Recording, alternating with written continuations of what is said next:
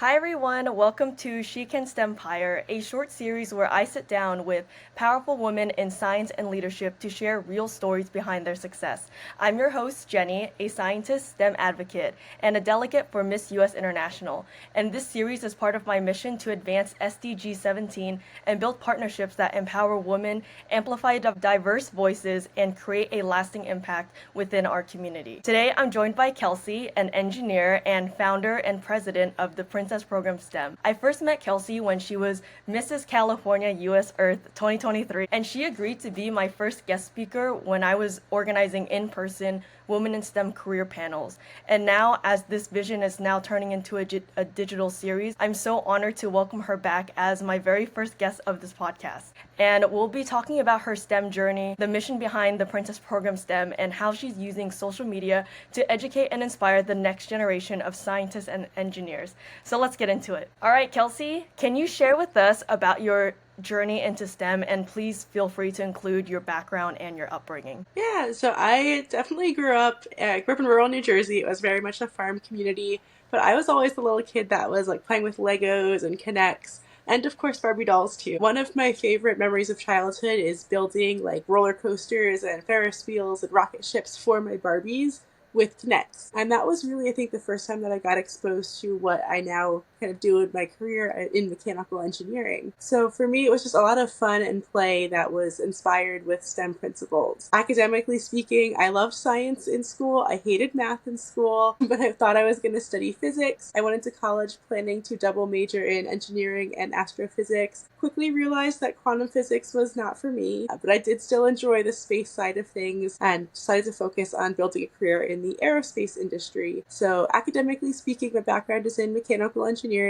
So I did a lot of just thermodynamics, structures, fluids, all of that in school, and worked in a robotics lab when I was an undergrad at Carnegie Mellon. And then I decided to get my master's degree in engineering and technology innovation management, which was kind of this weird program. It was part public policy, part business, part engineering, and I really focused on R&D and just tried to focus on both from the technology side, creating new ideas, and then from the business side, how do you turn those into products to create value for people and for the world. So after I finished my master's, I joined the aerospace industry. I've worked in everything from undersea robots to outer space satellites, which is where I currently work. Design optical payloads, which is really in the area of OPIR, which is overhead persistent infrared, which basically means we put cameras in space, look at the Earth, kind of sense the heat, and see what we can see. And it helps us in the military, helps us in civil applications as well, just understand what's happening. And for me, it's really just rewarding to be part of an industry and working on technologies that make the world a safer place and help us better understand our Earth. And that's really been kind of everything that I've done so far at a high level. Yeah, that's so inspirational. When I first met you, I was like, she is the coolest person ever. I've never met anyone who did a, a bachelor's in mechanical and then go on to get your master's, and then you eventually got your PhD, right? You just graduated last year. Yes, I got my doctorate in education, which was, I guess, educational innovation and organizational leadership. But it was really just a passion kind of side project for me. I had always known I wanted to start a nonprofit in the future. So when I earned a scholarship competing through pageants and was able to afford to go back and get that doctorate, I was like, yeah, let's do it and build the foundation for what has now become the Princess Program STEM. That is awesome. I wanted to go back, and you said that you were good at science and bad at math, right? What Yeah. made you still want to go into engineering despite you not being super confident as a kid in math? So for me, I actually really loved arts and crafts, and mechanical engineering is a lot of arts and crafts, a lot of design, tinkering, building. When I was in grad school, I actually TA'd a class that was called Fundamentals of DIY Design and Fabrication. So literally all we did was, and obviously the more industrial side, but was building things. It was super fun to design a product, build a prototype, refine it, and then eventually produce different projects. My final project, I built like this giant hammock swing that had a really fun crochet pattern, and that's engineering.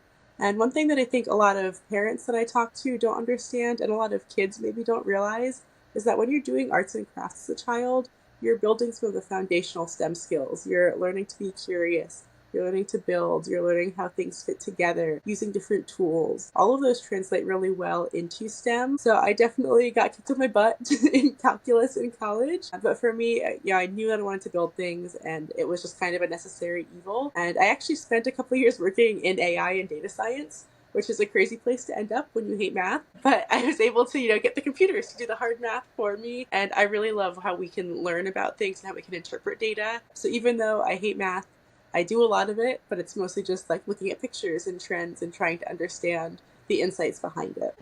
I see. Yeah, I know once kids find that they're not that good at math, it's really easy for them to switch careers, directions, because they don't feel like they are good enough to continue in math classes. And I've definitely felt like that.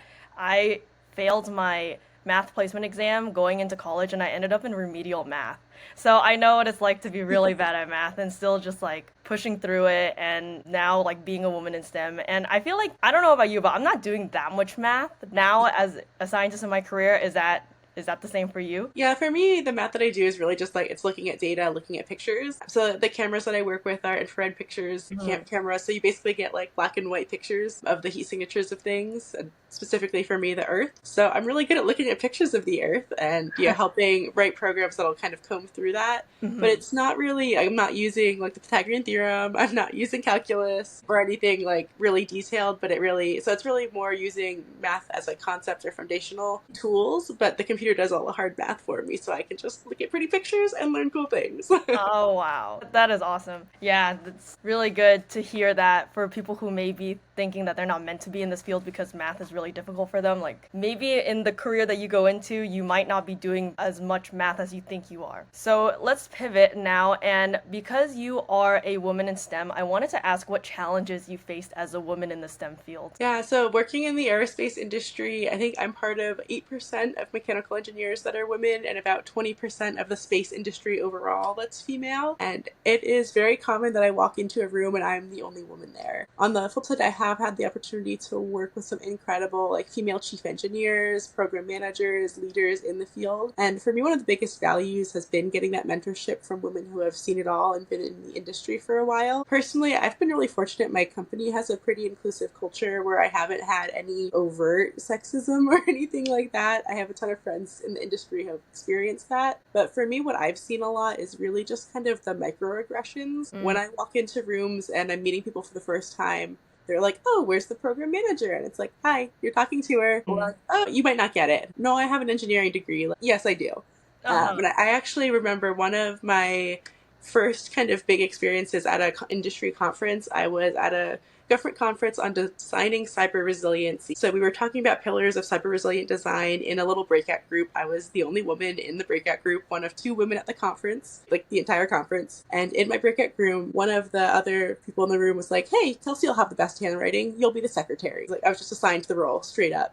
And then as, we were facilitating, having conversation, I'm taking notes, doing my job as the secretary, but I was also drawing a graph. And I was like, so this is what I heard you say. This is what I heard you say. This is kind of how I would visualize it. And I literally watched the guy who was like, you'll be the secretary, his jaw drop. He was like, oh, she got it. Like, I was super young. I was the stunned out as the only female. And to face those challenges head on, it's nothing, earth shattering, but it can make you question yourself when you feel like you don't belong and you're welcomed with that first, like, oh, maybe I don't belong here. But for me, that was one of the most powerful experiences in my career where I realized that, I was able to take this role that I was assigned as a secretary. He gave me the pen and he gave me power to facilitate and to lead in an environment where he didn't expect me to. So to embrace that has been a really challenging journey throughout my career on finding the confidence to do it. But having that opportunity really helped open my eyes and say, I can do this. I should take up this space. I'm creating value even when people don't expect me to. And that, I hope, made him think next time he went back to his company, maybe his perspectives changed a little bit and he'll be more opening and inclusive the next time he's talking to a young female and realizing, yeah, she's got something to offer beyond just neat handwriting. Yeah, oh my gosh, I don't think I could ever understand how difficult it is for female engineers because I know the percentages of women in engineering is so much lower than women in science. Was there any mindset shifts or anything that you had to do to overcome those feelings of self-doubt and imposter syndrome, especially being a woman in the field? I think the biggest mindset shift for me is going to sound a little counterintuitive was actually just embracing my authentic self. And for me, I'm a sparkly girl. I love pink. And I spent the first couple of years of my career trying to fit in, right? I would wear my baggy blazers, wear my slacks, not really dresses or jewelry. So that was what I felt like I had to do to fit in. And when I started showing up as myself, when I had a mentor who was like, you can wear a dress. It's okay. You can wear Hmm. heels. It's like, you're sure? Like, are you positive? I want to, but I don't want to make a scene. And for me to just release that baggage of kind of the energy that I was putting into fitting in was preventing me from putting that energy into being a better engineer, being a better leader, being a better team member. So that was, I think, the biggest mindset shift for me was to not internalize it and be my own enemy in that sense. I don't want to be wasting my energy. I don't want to be the one judging myself. Obviously, I don't want anyone else judging me either for anything other than my abilities, but letting go of the internal self-doubt was truly transformative for me and really just helped me embrace the confidence that I already had within me, but was able to then kind of pour out into the world in a more effective way. Yeah. And the mentor, was she also, or was it another woman? It was, yes. There was an amazing program manager who I had the opportunity to work for and actually take over for her when she went out on maternity leave. So I got to see Oh. her journey starting a family and everything too, which was really cool.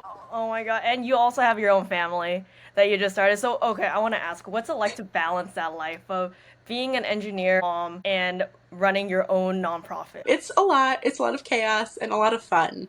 So I Hmm. know for me, I'm very intentional about just pouring my time and energy into things that I care about. I love my career. I love that I'm able to make a difference in technology. Obviously, I love my daughter. I love my family that my husband and I are working on growing together. She gives me so much joy and really truly is just like the most impressive thing I will have ever done in my life. There's just nothing that I can build will ever compare to how incredible it is to have a child.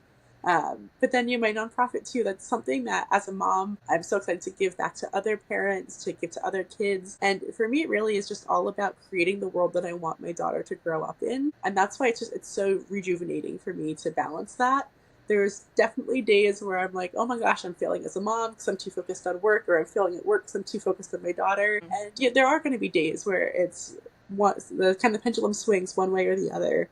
But ultimately, everything that I've chosen to pour my time into is creating the future that I want for myself, for my family, for my community. And that's, I always try to remind myself. I actually was at an elementary school this morning reading one of my STEM books and doing STEM activities. Just getting to see the kids' eyes light up and them get so into the activity. It's like, I know I spent my day well being in that school, inspiring those future innovators. Yes, it was time away from my daughter, away from my job, but it was worth it because I was able to pour in something and get so much back too. So it's tough sometimes, but Hmm. take it in stride and really just connect to your purpose, and that's what's helped me stay centered. Okay.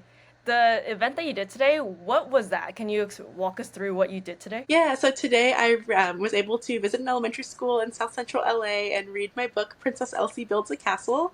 It is all about the engineering design process. Unfortunately, a dragon comes in and destroys Princess Elsie's castle, but it's okay because her fairy god engineer is there to save the day, and she teaches Elsie all about engineering as they rebuild her castle together. So what I do when I go to schools is we'll typically visit each of the classrooms and I'll do a book reading, talk a little bit about what engineering is, usually answer lots of questions from the kids. They always get so excited when I tell them that I work in the space industry, and they're like, oh my gosh, do you build rocket ships? I'm like, well, I build the cameras that the rocket ships carry to space.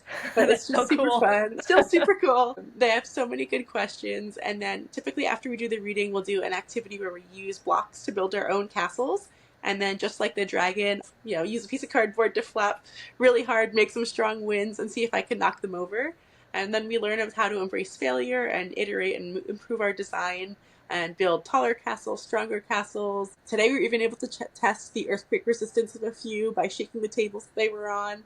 And there were some very, very impressive future engineers in that school, let me tell you. That is so awesome. Can you share the origin story about the Princess Program STEM? And was there a moment that you decided to turn that idea into a nonprofit? Yeah, so I started competing in pageants when I was 25. I saw an ad on social media. Being a woman in a male dominated field, I had just taken my first management job. I didn't have any friends at work, and all of the people who were close to my age reported to me. So that was like super awkward social dynamics to navigate. And I hated public speaking. But I was Mm. like, hey, if I want to make the impact and be the leader that I want to be, I need to get over that. So I entered my first pageant on a complete whim, thinking it was the most terrifying thing I could do. And it really just rejuvenated a sense of purpose and just the drive to do community service again. I met so many amazing women through pageantry. Just that very first pageant experience, I was so underprepared. I looked like an engineer who walked into a beauty pageant, like wearing my work outfit to pageant interview, which was engineering styles, not quite it. But anyway, I really just rejuvenated my drive for service. And then I competed in a Miss America local competition the next year, and I was at an elementary school talking about engineering, doing an activity very similar to the one I did today. And as we're wrapping up, one of the little girls came up to me, and I'm wearing my Miss America crown. And she was just like, "It's so cool that you're an engineer and a princess." And to me, it was just a really memorable moment where I was able to shape a stereotype or challenge a stereotype and also show her a path to this amazing career that's given me so much. Working in STEM, working in engineering, yeah, it's not all about the money, but it is also a career where you can build a strong foundation and have a financially secure future, which is so important for just building families, building lives, being secure. So to create that opportunity for her to be like, oh, I can see diversity in this field. I know what it is. Maybe I can see myself in it, was something that I always kind of carried with me. When I had my own daughter, I was on maternity leave. I had been doing a lot of volunteering just kind of for fun on my own, something that I enjoy. And I was talking to my husband. I decided to write the book while I was on maternity leave. And my husband's like, I think that this can be something. Like, you should look into it. So while I was like up at 3 a.m. with my fussy daughter, I was Googling like, how do you start a nonprofit? Well, what do you do? Like, what goes into that? And over the summer last year, on a whim, I reached out to a couple of women that I had met through pageantry, just through life. And I was like, hey, so I have this like kind of crazy idea. What are your thoughts? Like, do you want to help me? Yeah, you were one of those people that I reached out to. And I was just shocked that other people were like, hey, that's super cool. Like, yes, count me in. Let's figure it out. So I kind of really impulsively almost turned the Princess program from what was just kind of a passion project into a formal nonprofit. We are now, 7 months old, so still really junior. Still a little young nonprofit, but it was super cool to get to see I work as a manager in the aerospace industry. I've done a lot of the logistics and compliance stuff at work. So to then get to do that kind of on my own, starting the business, going through all of the IRS paperwork, getting our nonprofit status was just so exciting and really helped to build incredible momentum. So that way now when I'm reaching out to schools and PTAs, we've got the structure of a nonprofit behind us and the power of really a nationwide board of directors with women from cybersecurity to physical sciences and engineering, operations, and like finances. So it's just an incredible board to work with for me to learn more about the different STEM fields and then to funnel that all into resources that we're bringing into schools, we're bringing to Girl Scout troops, we're bringing to communities to help break down stereotypes, challenge stereotypes of what it means to be in STEM, and really just building awareness of what the careers are. And then for parents, helping them be a proactive part of building that STEM confidence in their kids, even if you're not a STEM parent. And that's something that we talked a little bit about the allergies to math almost. And that's something that for so many parents is just really scary as their kids are navigating things that maybe they don't feel comfortable with. How can we build the skills that they still have those foundational STEM confidence, STEM capabilities to then pivot into a future career if that's something that a child wants? And as much as I love it when kids come up and they're like, I'm going to be an engineer when I grow up, it's okay if they don't, but I want them to know that they can if that is the path they choose to pursue.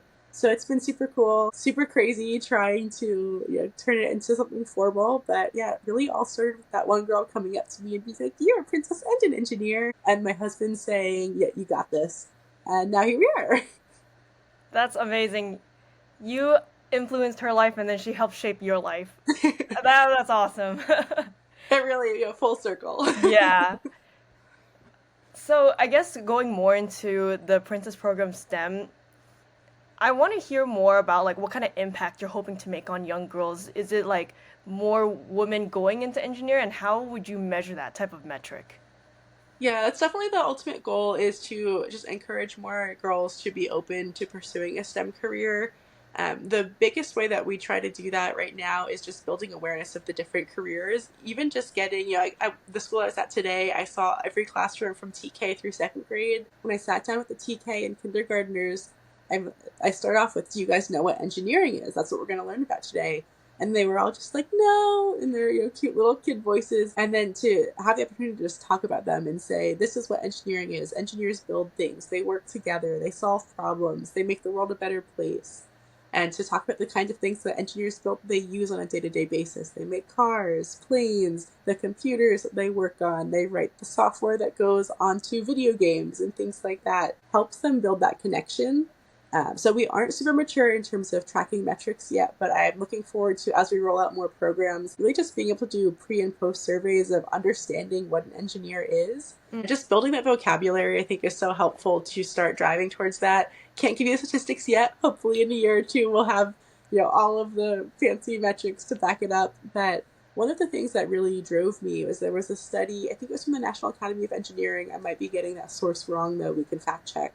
But that by third grade, girls decide that STEM is not for them.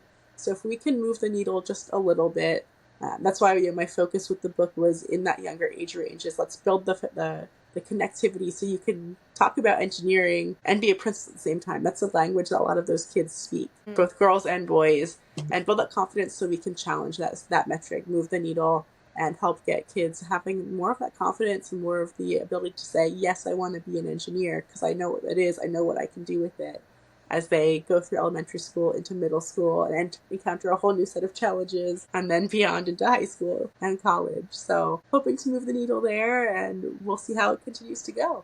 That's awesome. Yeah, you're very focused on like the younger kindergarten to fifth grade, right? Yeah, we definitely focus elementary age. Yeah. I'm hoping as the vice president to expand that and target more of like the high school community college students, because I've actually spoke with a lot of girls when I tell them that I'm a scientist, and they're like, "Oh, I was actually really good in math and science, but I didn't know what to do with it." And I was shocked. So my goal is to hit like that demographic and show them that there's so many career opportunities out there for them in STEM. Yeah, definitely. The challenges just, they never go away. They just change from phase to phase as you Yeah. go through schooling. I want to ask, what has been the most rewarding part of building your nonprofit? Gosh. So I think I'll be selfish first. Personally, just to see other people rally around something that came from your crazy brain is so cool, so personally rewarding. So just being able to sit back and be like, hey, we did that after mundane things. Like we filed our annual taxes, and I was like, wow, we did it. Like, this is so cool. So that just brings me a lot of personal joy to see this idea becoming something, and there's tangible products, there's people other than myself pouring energy into it, and it brings me so much joy. But I guess from an impact perspective, I think it really is just every time I'm going to a school or at a community organization, you start the kids getting their hands on these activities and they're building, and they never want to stop. I swear, they're like, can I just build one more? Can you test it again? Even though I just knocked down 3 of their castles, they're having fun, they're embracing failure. We always talk about it at the end, and they always are telling me that they learned about teamwork, they learned about overcoming failure and persevering. And whether they decide to be engineers or not, those skills they learned in the context of thinking like an engineer are going to help them succeed in life. So it really is just that ability to connect with them, to create that little moment of building their confidence, building their social skills, but also building their awareness of how to think like an engineer, is so cool to see, and definitely something that brings me so much joy and helps me just want to keep doing what we're doing. Yeah, oh my gosh, love it. What advice would you have for young women who feel intimidated by engineering or don't see themselves represented in STEM? Yeah, definitely been there. Yeah, we've been there.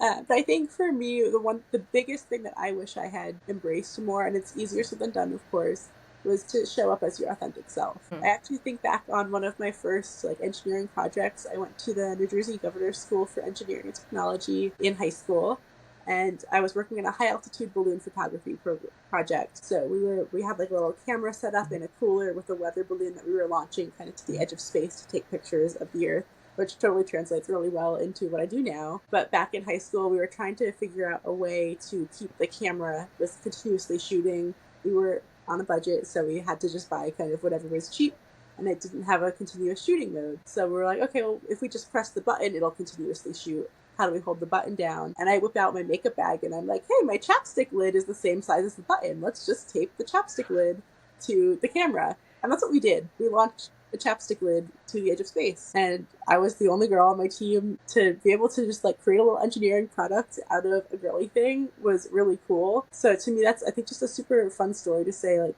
yeah, you can bring a new perspective by being who you are on your team, whether it's whipping out your chapstick lid, being like, hey, this is the same size, let's send it to space.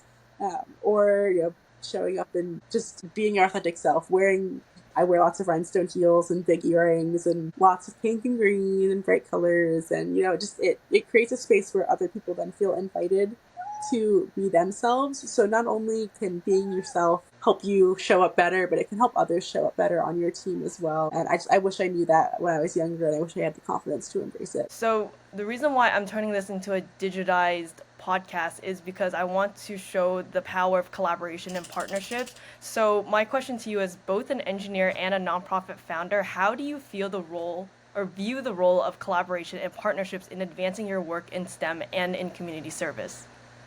Yeah, gosh, such a good question. So I think actually one of the really cool things about how I've been able to combine the Princess Program STEM and my career, I invite a lot of my coworkers to volunteer with us, and for me, it's a great networking opportunity, and that really it drives collaboration in the sense of surrounding and orienting with a purpose of improving the lives of kids. Creates just a really cool space to build relationships with people that I might not have otherwise met. Even at my own company, my company does also have some charitable giving and like employee matching type things that have really helped us just increase the impact we can have. Like I said, we're only a 7-month-old nonprofit, so like literally every dollar counts when it comes to being able to bring these resources to underserved communities. The school that I was at was a Title I school today, and we bring the programs for free. There's no cost to people who are bringing us in. When we can, we do ask with help providing supplies if they have the budget to, but if not, we're using the grants and everything to offset those costs so we can really reach the kids who matter most. And all of that is really just, there's so many opportunities to build that partnership, building that purpose-driven opportunities for employees to engage, to build relationships, to expand their network has been really cool. And then just for me, having the nonprofit as a tool to talk about when I'm meeting other women is super amazing. Whether it's other business owners where I'm like, oh my gosh, like you deal with taxes too, like let's talk about it. And getting advice and pro tips and everything has been really awesome to just drive us forward. I don't think I could have done any of this without the help of Google. Lots of the other women that I've met and people that I've talked to, even if it's just on Facebook, even just our board for the Princess Program STEM, 2 of the board members I had only known on Instagram before. I was like, Oh, wow. So you're one of my people now. Sorry, you're stuck with me. And all of that really is just, it's an amazing way to build collaboration, to bring that purpose, the community service aspect to the workplace, which does drive results for employee engagement.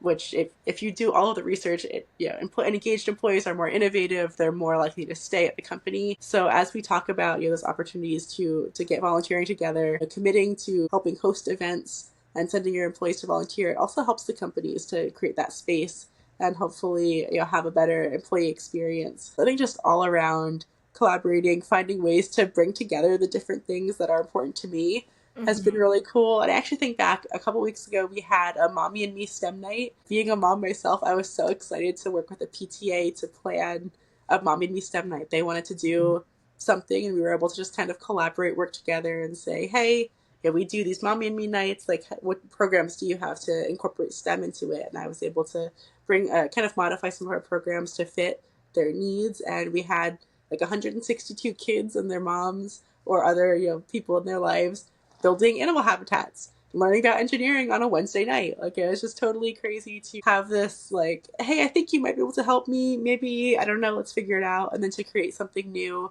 that we can then, bring to other organizations in the future is super exciting. Yes, that's why I love being in STEM. It's so collaborative by nature, and no one has all the answers. So you really need to collaborate to figure out the answers or to answer the questions that you're looking for in STEM especially.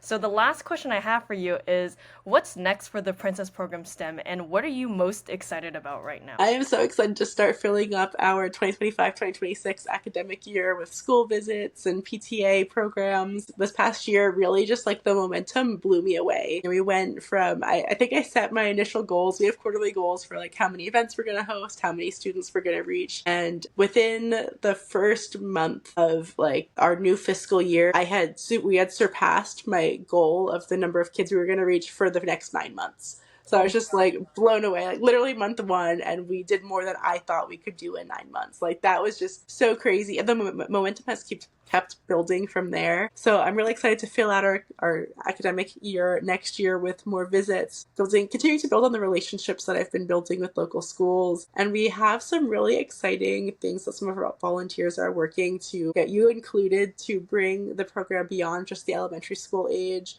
get middle schoolers and high schoolers involved in mentoring while also learning about STEM, building STEM confidence and leadership skills. And I'm really excited to just see those kind of new projects expand not only the reach that we're able to have, but the population we're able to reach. So I think those are the things I'm most excited about. I'm not going to share too many details because I don't want to spoil the surprises until they're ready. But just from a near term, we have a new book launching next month. So I'm really excited for Princess Marie and the Great Garden Mystery to come out. June 20th, I believe, is the official launch date. We'll be doing some readings and kind of launch celebrations with a Mommy and Me workout group that I'm a part of. So again, that collaboration, building relationships with businesses to bring some STEM summer programming while also celebrating the launch of our new book will be super cool. So I think that's like the near-term thing. I'm just so excited and can't wait. I should be getting the last author proof to approve on Sunday. So it'll be like super soon that we've got that all ready to go. Oh my gosh, yeah, that's so exciting. I can't wait to see the book when it comes out. Is it gonna be in like Spanish as well? Are you planning on translating it? So we did translate the first book to Spanish. I will be reaching out to our translator to see if she wants to help again. A lot of the schools that we go to in Southern California especially have really large Spanish-speaking populations, and a lot of the parents I've talked to, they don't have the same resources available easily in Spanish as they do in English, especially if the parents are speaking Spanish predominantly at home. And I've been able to read my book in Spanish too for some of the classrooms, which is like super scary because I haven't taken Spanish class in like 10 years. But it's fine. We work through it. It's great. But the goal is to eventually have it come out in Spanish as well. I just don't have the timeline for that one yet. Wow, that is so exciting. Oh my gosh. So again, that concludes our podcast. So thank you so much to Kelsey for sharing her journey, her mission, and all of the impactful work she's doing with the Princess Program STEM. If this episode inspired you, make sure to follow along with the She Can STEMpire series as we continue showcasing women who are breaking barriers in science and leadership. You can find clips on Instagram and watch full episodes on YouTube. I'll see you on the next one. Bye, everyone.